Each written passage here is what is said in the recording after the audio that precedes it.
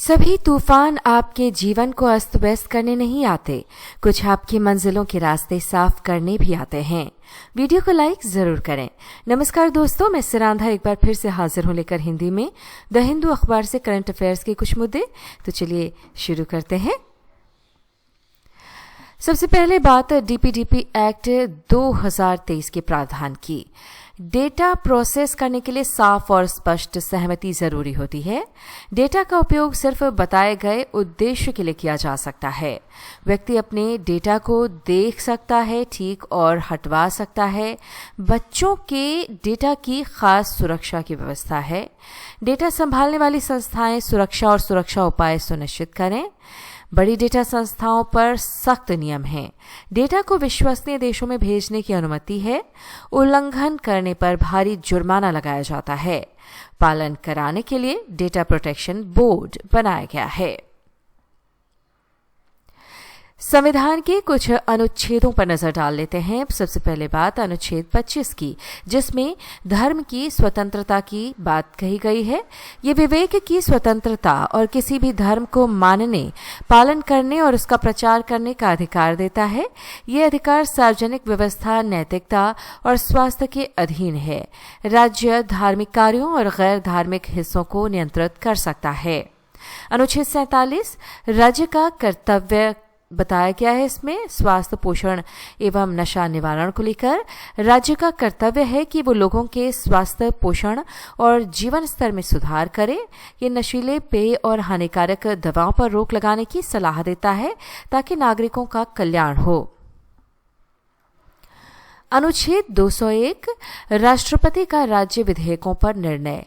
यदि किसी राज्य का विधेयक राष्ट्रपति के पास भेजा जाता है तो राष्ट्रपति उसे मंजूरी दे सकते हैं, रोक सकते हैं या मनी बिल को छोड़कर वापस भी भेज सकते हैं।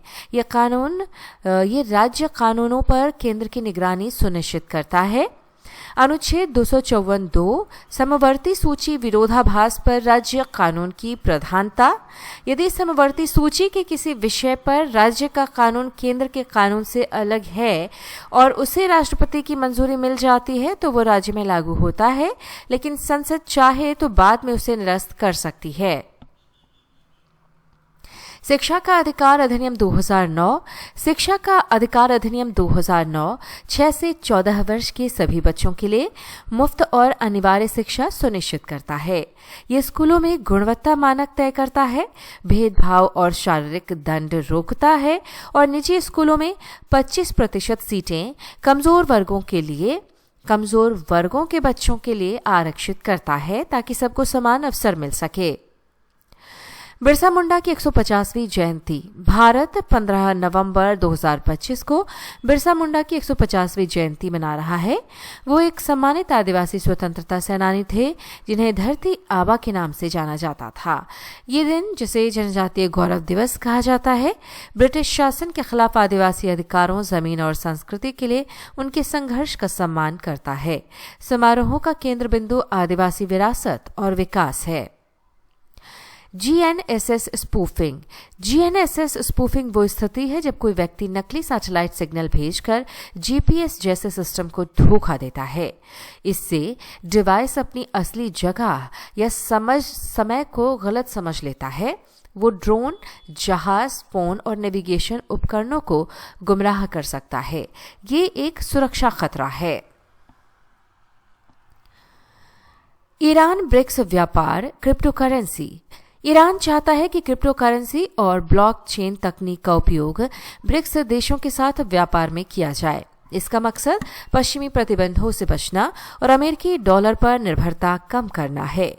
हाल ही में ईरान ने एक बड़ा ब्लॉकचेन सम्मेलन आयोजित किया, जिससे पता चलता है कि वह खुद को क्षेत्रीय क्रिप्टो हब बनाना चाहता है। ब्रिक्स देश भी ब्रिक्स पे जैसे वैकल्पिक भुगतान सिस्टम पर काम कर रहे हैं। अहमदिया संप्रदाय। अहमदिया संप्रदाय की स्थापना 1889 में मिर्जा गुलाम अहमद ने कादियां, भारत में की थी। उन्होंने खुद को मसीहा और मेहदी घोषित किया। यह समुदाय अहिंसा और इस्लाम की सच्ची शिक्षाओं पर जोर देता है। दुनिया भर में फैला ये समुदाय, जिसे एक खलीफा चलाते हैं, कई मुख्यधारा के मुसलमानों के विरोध का सामना करता है जो मिर्जा गुलाम अहमद के दावे को नहीं मानते। बेलेम स्वास्थ्य कार्य योजना बेलेम हेल्थ एक्शन प्लान को ब्राजील के बेलेम शहर में हुए COP30 में शुरू किया गया। इसका लक्ष्य जलवायु परिवर्तन से बढ़ती बीमारियों से निपटने के लिए स्वास्थ्य प्रणालियों को मजबूत करना, शुरुआती चेतावनी प्रणाली बनाना और कमजोर लोगों की मदद करना है। कमजोर लोगों की मदद को बढ़ाना है। वैश्विक संस्थानों ने लगभग $300 मिलियन देने का वादा किया, लेकिन और धन की जरूरत है। आर्यूटैग 2.0 हाल ही में आर्यूटैग 2.0 ग्रामीण प्रौद्योगिकी कार्य समूह की दूसरी वार्षिक समीक्षा बैठक IIT गुवाहाटी में हुई।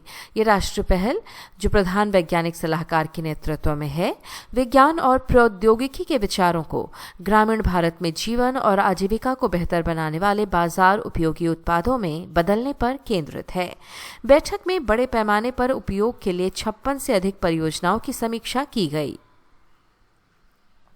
हेपेटाइटिस ए एक वायरल बीमारी है जो मुख्य रूप से दूषित भोजन और पानी से फैलती है। इसमें बुखार, थकान, उल्टी, पेट दर्द और पीलिया जैसे लक्षण होते हैं। ये पुरानी बीमारी नहीं बनती और ज्यादातर लोग पूरी तरह ठीक हो जाते हैं। बचाव के लिए स्वच्छ पानी, सफाई और टीका जरूरी है। वृंदावनी वस्त्र को वापस लाने का प्रयास असम सरकार ब्रिटिश म्यूजियम से 15वीं से 16वीं सदी के पवित्र वृंदावनी वस्त्र को वापस लाने के लिए समझौता कर रही है। ये शंकर देव से जुड़ा हुआ है। और दोस्तों, अब है आपके सामने भारत का मानचित्र, जिस पर हम चिन्हित करके लाते हैं कुछ महत्वपूर्ण स्थान। वैसे महत्वपूर्ण स्थान जो करंट अफेयर्स के नजरिए से बहुत जरूरी हैं, जो डे टू डे लाइफ में रोज खबरें आती हैं, वो हम इसमें बताते हैं, जो करंट अफेयर्स में पूछी जाती हैं। तो शुरुआत हम कर लेते हैं, लेकिन हम शुरुआत करें उससे पहले हम एक बार फिर से आपको याद दिलाते हैं कि आप एटलस खोल के ज़रूर बैठ जाइएगा, ताकि मानचित्र की जो आपकी समझ है वो बढ़ सके। तो शुरुआत करेंगे हम उत्तर प्रदेश के बहराइच से, जहाँ पर तेंदुए के हमले में किसान की मौत हो गई। दुखद खबर सामने आई है। वहीं देखिए खबर बिहार से, जहां पर कोडरमा में भी ये खबर कह सकते हैं चिंता वाली खबर सामने आई, जहां पर स्कूल बस पलट गई। और बंगाल में लुप्तप्राय भाषाओं के संरक्षण के लिए कार्य किया जा रहा है। कलकत्ता विश्वविद्यालय लोढ़ा और टोटो जैसी लुप्तप्राय भाषाओं को बचाने के लिए अनुवाद कार्यशाला और शोध परियोजना चला रहा है, जिससे ICSSR ने सहायता दी है। तमिलनाडु के कटपड़ी से खबर वेल्लोर में है ये, जहां पर पालार नदी में 2 महिलाओं के बह जाने की खबर सामने आ रही है। वहीं देखिए केरल का अष्टामुडी लेक जो है, वहां पर रेयर डॉल्फिन को लेकर स्टडी किया जा रहा है। वहीं नौगांव है जम्मू कश्मीर का, जहां पर एक्सप्लोजन की खबर है, ब्लास्ट की खबर है। नौगांव पुलिस स्टेशन श्रीनगर में हादसा पेश आया है, ब्लास्ट हुआ यहाँ पर। और दोस्तों, ये तमाम जगहों पर आपने नज़र डाल ली, और उम्मीद करती हूँ कि चूंकि आपने जगह भी देख ली है तो आपके दिमाग में ये अंकित हो गया होगा। चलिए अब आपको जाते जाते याद दिला दूँ कि हमारा जो ये PDF फाइल होता है, आपकी सुविधा के लिए हम इसको डाल देते हैं कमेंट सेक्शन में, जहाँ से आप आसानी से इसको पढ़ सकते हैं। इस वीडियो को देखने के लिए आपका बहुत बहुत धन्यवाद। ऐसे ही वीडियो के साथ हम एक बार फिर से हाजिर होंगे।